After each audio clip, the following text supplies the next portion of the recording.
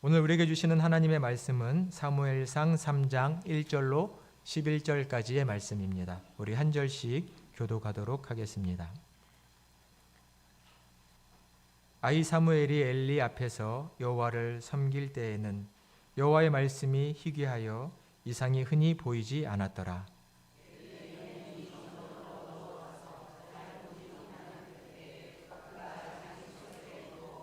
하나님의 등불은 아직 꺼지지 아니하였으며 사무엘은 하나님 궤에 있는 여호와의 전 안에 누웠더니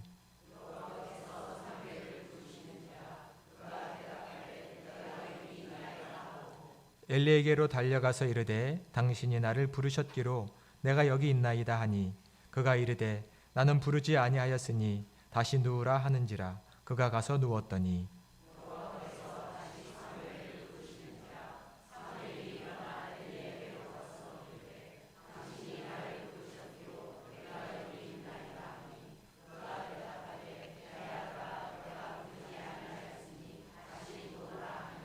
사무엘이 아직 여호와를 알지 못하고 여호와의 말씀도 아직 그에게 나타나지 아니한 때라.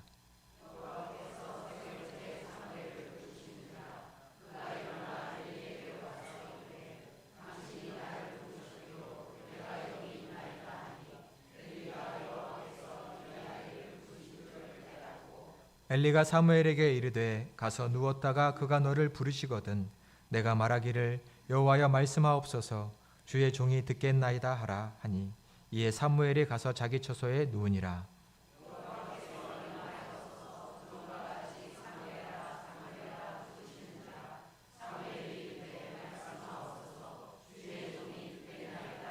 다 같이 여호와께서 사무엘에게 이르시되 보라 내가 이스라엘 중에 한 일을 행하리니 그것을 듣는 자마다 두 귀가 울리리라. 아멘. 할렐루야. 오늘도 주님의 말씀이 우리에게 새 믿음과 결단 주시기를 간절히 축원합니다. 오늘은 주의 종이 듣겠나이다 라는 제목으로 말씀의 은혜를 나누려고 합니다. 올 한 해 2025년도 우리 평강교회의 표와 관련된 주제 말씀이 어딘지 기억나시나요? 에베소서 2장 13절 14절의 말씀입니다. 올 한 해는 꼭 이 말씀을 기억해 주시고 또 외워 주시고 또 매일 고백해 주시고 또 기도해 주시면 감사하겠습니다. 우리 다시 한번 에베소서 2장 13, 14절 말씀을 큰 목소리로 함께 봉독해 보겠습니다. 이제는 전에 멀리 있던 너희가 그리스도 예수 안에서 그리스도의 피로 가까워졌느니라. 그는 우리의 화평이신지라 둘로 하나를 만드사 원수된 것 곧 중간에 막힌 담을 자기의 육체로 허시고. 아멘. 원수된 것 중간에 막힌 담을 허시고. 올 한 해 우리는 예수 그리스도를 따라 평화의 일꾼이 되기를 원합니다. 그런 간절한 소망으로 매일 이 말씀을 입술로 고백하며 우리 평강교회를 사랑하시는 만큼 기도해 주시기를 간절히 부탁드립니다. 올 한 해 세 가지의 사역 목표가 있습니다. 영과 진리로 드리는 예배, 건강한 가정 세우기, 기후위기를 극복하기입니다. 지난 주일날 영과 진리로 드리는 예배를 말씀드리며 찬양을 제가 강조해서 말씀드렸습니다. 예배는 곧 찬양입니다. 예배가 회복되어야 우리 공동체 안에 평화가 있고 평화가 있을 때 우리는 더욱 하나님을 기쁘게 하나님을 즐겁게 찬양할 수 있습니다.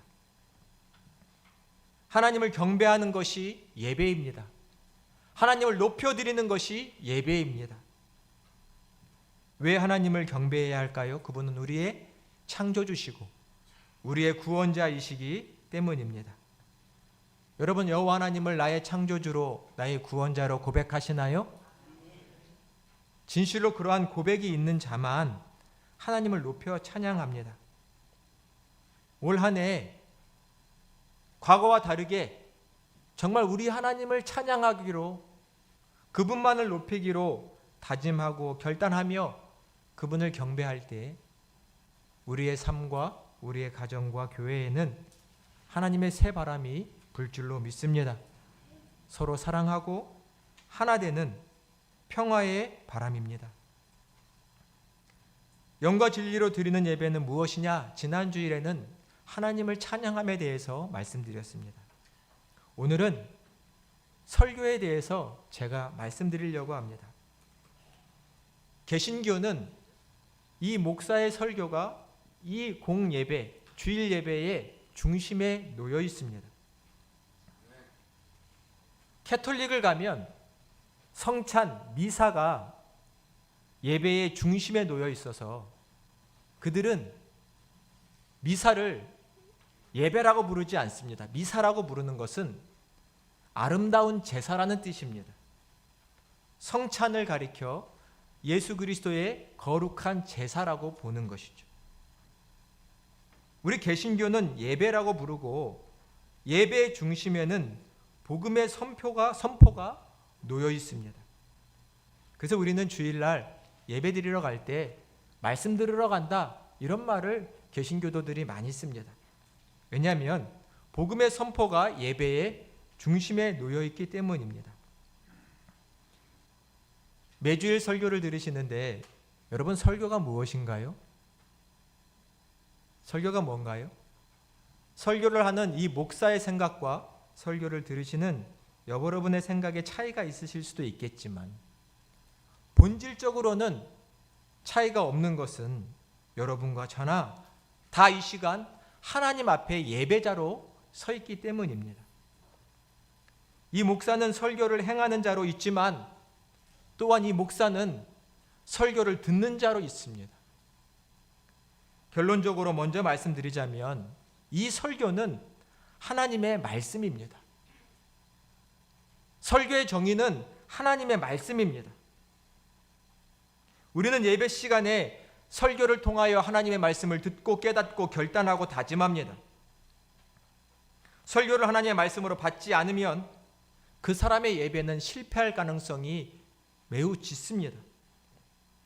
여러분만이 아니라 이 목사도 설교자인 저도 설교를 통하여 하나님의 말씀을 듣지 못하면 예배가 실패로 끝나게 되는 것입니다. 누군가는 설교자가 말하는 이 설교를 성경에 대한 강의 정도로 생각하는 사람들이 있습니다. 왜냐하면 성경의 일부분을 본문으로 삼아서 이 목사가 그에 관련된 설명을 하기 때문이죠.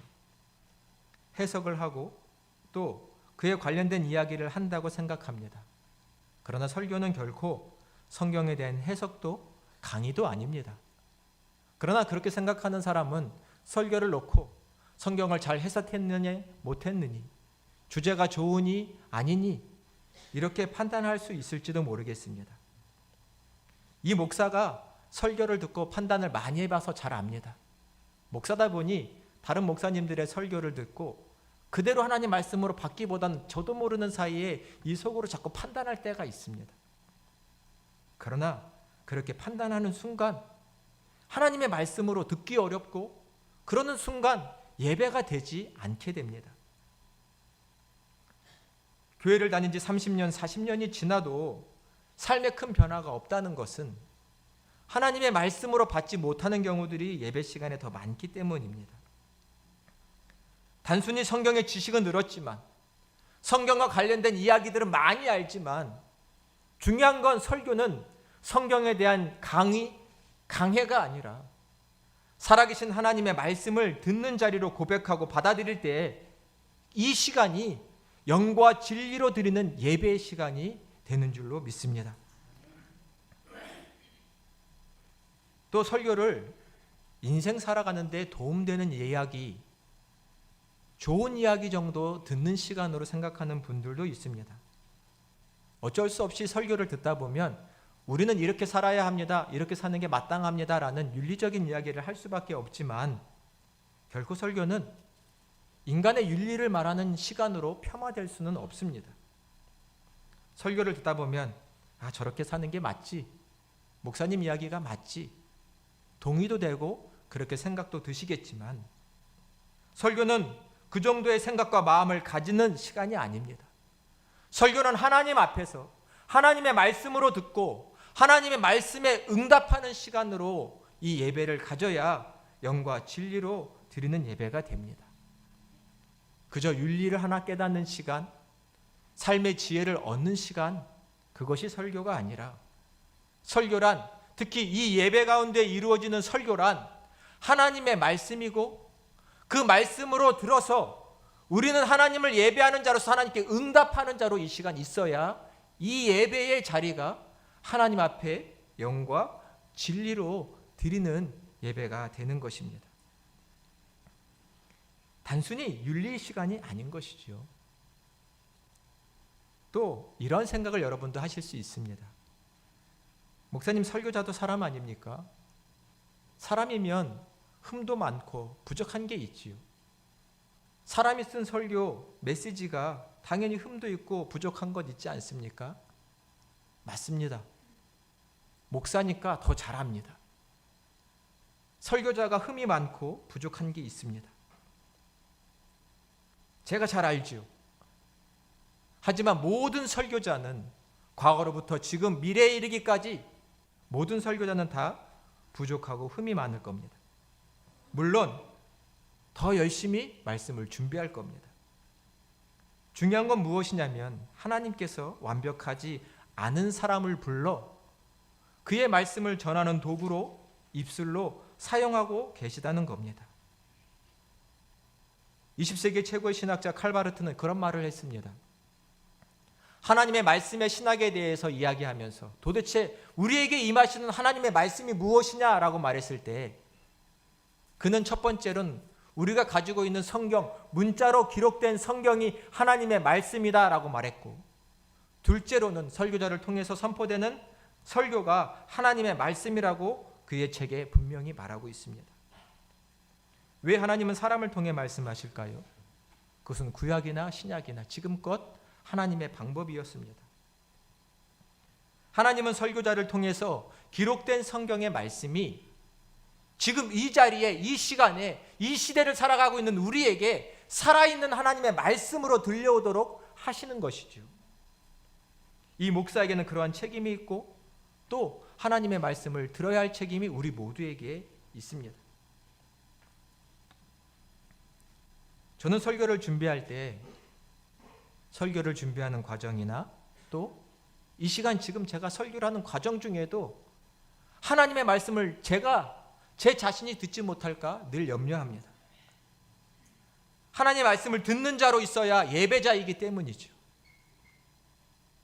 하나님의 말씀을 전하는 자가 아니라 하나님의 말씀을 듣는 자, 그 자가 되어야 예배자이기 때문입니다. 하나님의 말씀을 듣는 자로 우리는 살아야 합니다. 예배는 하나님의 말씀을 듣는 자리가 되어야 합니다. 예배 시간의 설교가 하나님의 말씀으로 들려오기 위해서 또 한 가지 중요한 것이 있다면 특별히 오늘 말씀에서는 듣는 자의 자세를 말씀합니다. 우리가 어떠한 마음으로 하나님의 말씀을 듣느냐인 것입니다. 어떤 자세일까요? 하나님을 기다리고 그 말씀을 사모하는 자세로 들을 때 말씀마다 아멘으로 응답할 때 하나님을 사모하는 마음으로 그분의 말씀을 기다릴 때 이 말씀은, 이 설교는 진정 나에게는 하나님의 말씀으로 다가와 하나님께 응답하는 자로, 예배자로 하나님 앞에 서게 만들어줍니다.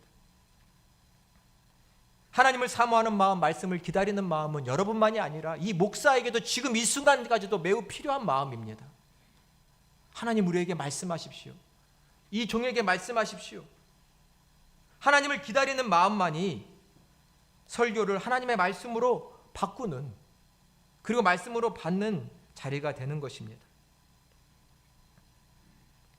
하나님 말씀을 기다리는 자에게, 하나님을 사모하는 자에게 하나님께서 부어주시는 은혜가 있습니다. 우리 본문 자막을 통해서 시편 107편 9절의 말씀을 같이 봉독해 보겠습니다. 그가 사모하는 영혼에게 만족을 주시며 줄인 영혼에게 좋은 곳으로 채워주심이로다. 아멘. 그가 사모하는 영혼을 만족하게 하시며 줄인 영혼에게 좋은 곳으로 채워주심이로다. 이 시간 하나님을 사모하는 마음으로 나온 자에게, 그 말씀을 간절히 기다리는 자에게 하나님은 영적인 만족과 좋은 것을 주십니다. 여러분, 이제 막 알에서 부화한 새끼새가 어미새가 모이를 주려고 할 때 그 모습을 보신 적 있으신가요? 사진이나 영상을 통해서? 그 조그만 새가 입을 얼마나 크게 벌리는지요. 머리밖에 안 보이죠. 어미가 나한테 먹이를 먹여달라고 그냥 그 입을 크게 벌리고 있습니다. 어미의 모이만을 간절히 사모하는 새끼새처럼 하나님, 오늘도 이 시간 내게 말씀 주십시오. 하나님 말씀만이 내게 필요합니다. 그 간절한 마음으로 하나님을 찾고 하나님 말씀을 기다리는 자에게 하나님은 좋은 것으로 만족해 하실 것입니다. 그것이 하나님의 말씀을 듣는 자의 자세입니다. 설교자로서 재미난 게 하나 있습니다. 저는 이 시간 이 많은 분들 앞에서 한 번의 설교를 합니다. 설교를 들으면 성도님들이 여러 얘기를 하시죠. 반응이 다양합니다. 어떤 분들은 은혜 받았다고 말씀하시는 분도 계시고, 어떤 분들은 조는 분도 계시고, 어떤 분들은 딴짓을 하는 분들도 계시죠. 같은 설교를 하는데 왜 반응이 다를까? 설교자는 생각할 수밖에 없습니다. 또 설교를 하고 나서 속으로 이런 생각이 들 때도 있습니다. 조금 더 잘할 수 있지 않았을까? 더 정성을 다할 수 있지 않았을까? 왜 그것밖에 못했지? 스스로 반성하는 생각을 할 때도 있습니다. 그런데도 저를 찾아오셔서 손잡으면서 목사님 감사하다고 은혜 받았다고 하면 속으로 이해가 안 될 때도 있습니다. 그러나 결국 결론은 이렇게 다다릅니다. 결국 하나님을 사모하고 하나님의 말씀을 기다리는 분들은 하나님께서 그 사람에게 은혜를 주시는구나. 여러 조건과 상황을 떠나 하나님을 찾는 자들에겐, 하나님을 기다리는 자들에겐 하나님이 만족을 주시는구나. 저렇게도 은혜를 받게 하시는구나. 저는 느끼게 됩니다.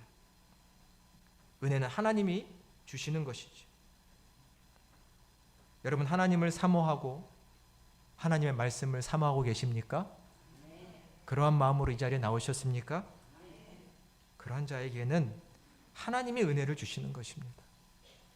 하나님이 예비하시고 작정하신 은혜를 부어주시는 것입니다. 모든 예배자들은 하나님을 사모함으로 은혜를 받습니다. 올 한 해 우리의 예배의 태도를, 자세를 돌아보았으면 좋겠습니다. 정말 나는 하나님만을 사모하고 있는가? 하나님의 말씀만을 간절히 기다리는 자로 살고 있는가? 나는 이대로 괜찮나?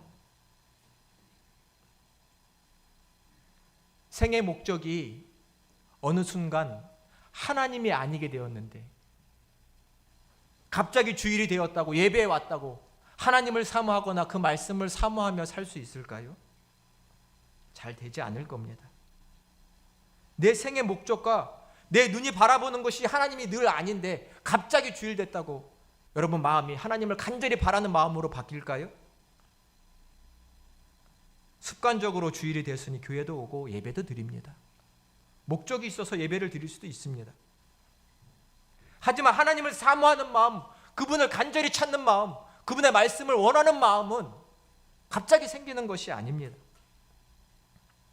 첫사랑과 첫 믿음을 잃어버린 내 모습이 있다면 이대로는 안 됩니다.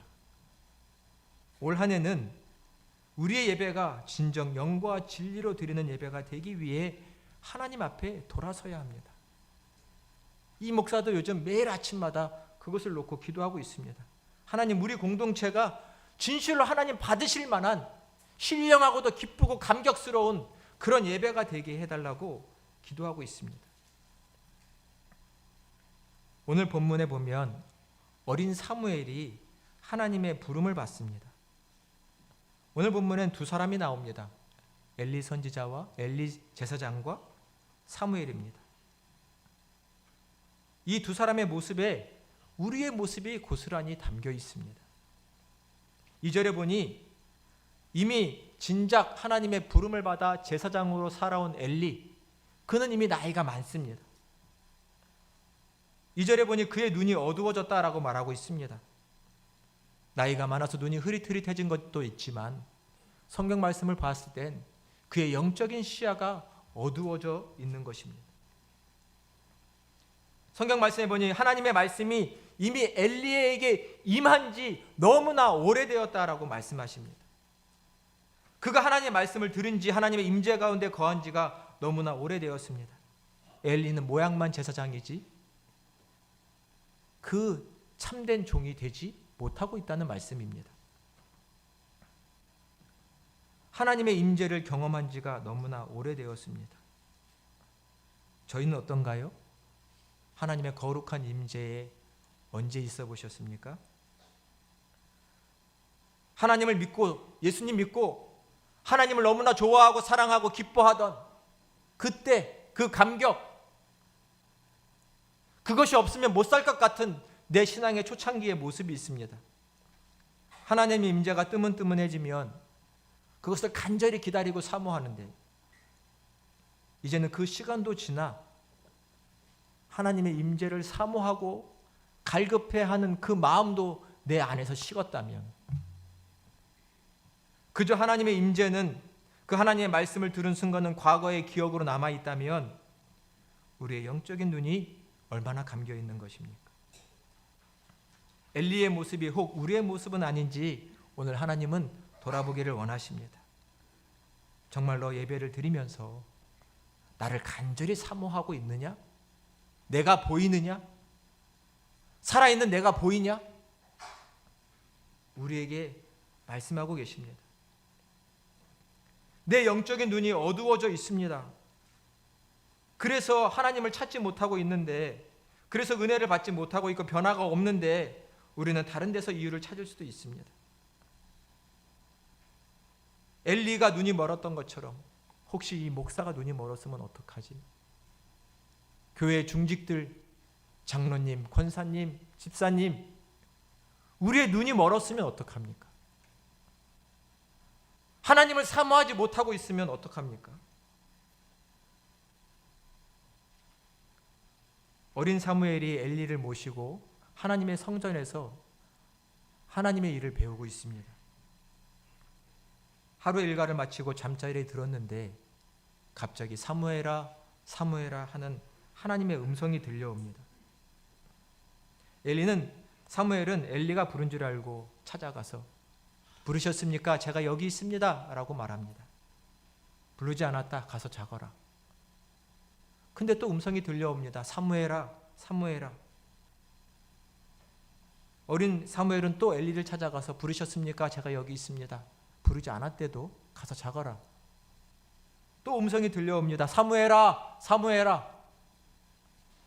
사무엘은 또 엘리를 찾아갔습니다. 그제야 눈이 멀었던 엘리는 사무엘을 부르시는 것이 하나님이라는 것을 깨닫고 어린 사무엘에게 말합니다. 또다시 너에게 음성이 들려오거든 이렇게 말하거라. 말씀하옵소서. 주의 종이 듣겠나이다 하거라. 사무엘에 가서 잠자리를 취하는데 또 하나님의 음성이 들려옵니다. 우리 10절의 말씀을 같이 봉독해 보겠습니다. 여호와께서 임하여 서서 전과 같이 사무엘아 사무엘아 부르시는지라. 사무엘이 이르되 말씀하옵소서. 주의 종이 듣겠나이다 하니. 아멘. 하나님의 음성이 들려옵니다. 사무엘아 사무엘아. 어린 사무엘은 이제는 그 하나님께 응답합니다. 말씀하십시오. 주의 종이 듣겠습니다. 오늘 우리에게 주시는 하나님의 말씀인 줄로 믿습니다. 말씀하십시오. 제가 듣겠습니다. 예배의 자리는 하나님의 말씀을 듣는 자리입니다. 사람의 이야기로 듣기보다 하나님의 말씀으로 받을 때 나는 예배자로 서게 되고 내 삶은 하나님의 종으로 변화되어 가는 것입니다. 하나님의 말씀을 듣고 응답해야 종입니다. 말씀하십시오. 그 말씀대로 살겠습니다. 우리가 예수님 처음 만났을 때의 그 사랑, 그 겸손, 그 충성 지금도 동일합니까? 아니면 눈먼 자처럼 껍데기만 남아 있습니까? 우리의 예배는 하나님의 말씀을 듣고 순종하는 자리입니까? 그저 성경의 지식을 얻고 윤리적인 이야기나 듣는 자리로 전락해 있습니까? 회복되기를 원하시면 다시금 우리의 마음을 바꿔야 합니다. 말씀하십시오. 제가 주의 말씀을 듣겠습니다. 특별히 이 자리에는 이제 막 교회를 나오시고 신앙에 입문한 분들도 계시지요. 특별히 축복하는 마음으로 말씀드립니다. 기도하십시오. 하나님, 내게 말씀하십시오. 제가 듣겠습니다. 기도해 보십시오. 하나님께서 반드시 응답을 주실 것입니다. 하나님이 만나 주실 것이고 내 삶을 하나님의 도구로 바꿔주실 것입니다. 영과 진리로 드리는 참된 예배자는 누구일까요? 그는 하나님의 말씀을 기다리는 자입니다. 하나님의 말씀을 간절히 기다리고 하나님을 사모하는 자입니다. 혹 이 마음이 아닌 다른 마음이 우리 안에 있다면 우리는 하나님께 기도해야 합니다. 그 마음을 물리쳐달라고. 하나님을 찾지 못하고 하나님을 간절히 바라보지 못하는 마음이 있다면 그것은 우리를 하나님의 참된 예배자로 서지 못하게 하는 유혹일 수 있습니다. 돌이켜 다시금 하나님 앞에 설 때, 그리고 말씀을 듣기로 다짐할 때 우리는 참된 예배자로 서게 될 것입니다. 내게 말씀하십시오. 듣겠습니다. 이 고백이 있을 때 내 삶은 변화될 희망이 있는 것입니다. 더 바르게 예배해야 합니다. 지난 주일에 말씀드렸죠. 예배 시간 딱 맞춰 오시지 마시고 10분 일찍 오셔서 하나님을 마음껏 찬양하십시오. 그리고 일찍 오셔서 하나님 오늘도 내게 말씀 주십시오 라고 기도하는 시간을 가져보시기를 바랍니다. 주일만이 아니라 토요일 저녁도 그렇게 보내시면 어떨까요? 토요일 쉬는 날, 노는 날이지만 저녁쯤 되면 내일은 주일을 준비하는 날이지, 주일이지, 하나님의 말씀을 듣는 날이지, 그런 마음으로 기도하시고, 또 교회 홈페이지에 보시면 주보가 올라와 있으니 내일은 어떤 성경 본문인가 읽어도 보시며 하나님을 기다리는 마음으로 토요일 저녁부터 주일을 준비하신다면 이날 이 시간이 더욱 새롭게 분명 다가올 것입니다. 왜냐하면 하나님께서는 사모하는 영혼을 갈급한 심령에 좋은 것으로, 은혜로 채워주실 분이시기 때문입니다. 그러한 마음으로 참된 예배자로 다시금 2025년도 새롭게 세워주시고 거듭나시는 저와 여러분이 되시기를 예수 그리스도의 이름으로 간절히 축원드립니다. 기도하겠습니다. 은혜와 사랑의 하나님, 우리는 진정 하나님을 예배하는 그 한 사람이 되기를 소망합니다. 우리는 부족한 것 많고 처음의 사랑과 믿음의 자리에서 미끄러질 때 많사오나 주님께서 늘 한결같이 우리를 사랑으로 돌보사 다시금 말씀 주시고 깨우침 주셔서 믿음의 자리로 세워주시기를 원하십니다. 어린 사무엘이 고백했던 것처럼 우리 또한 하나님 앞에 진정 고백하기를 원합니다. 하나님, 말씀하시옵소서. 주의 종이 듣겠습니다. 주의 말씀을 듣고 따르며 주신 사명을 감당하는 우리가 되도록 인도하여 주옵소서. 진정 예배자로 하나님 앞에 서기를 원하고 하나님의 종으로 변화된 삶을 살아가기를 원합니다. 또한 그런 평강교회가 되기를 원합니다. 주님, 우리 위에 주의 크신 은총으로 함께하여 주옵소서. 주님께서 우리에게 주신 그 놀라운 사랑에 응답하는 마음으로 늘 찬양하게 하시고 예배하게 하시고 주의 말씀에 아멘으로 응답하는 우리 모두가 되게 하여 주옵소서. 존귀하신 예수 그리스도의 이름으로 간절히 기도드리옵나이다. 아멘.